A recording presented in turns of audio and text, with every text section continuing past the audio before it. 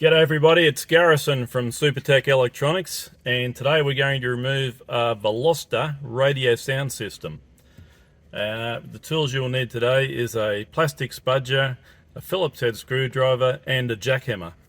Okay, first thing we're going to do is remove this section here. Now it has been loosened for video purposes, but bear in mind it is held in with clips all the way around, and you'll have to use considerably more force than we're using.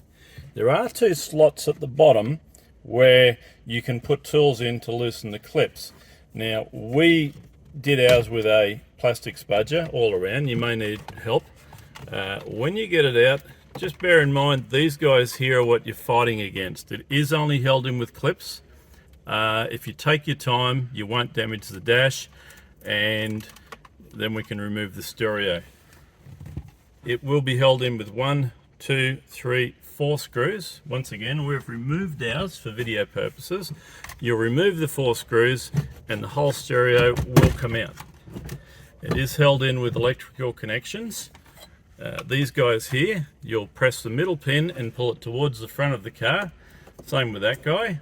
And this guy here.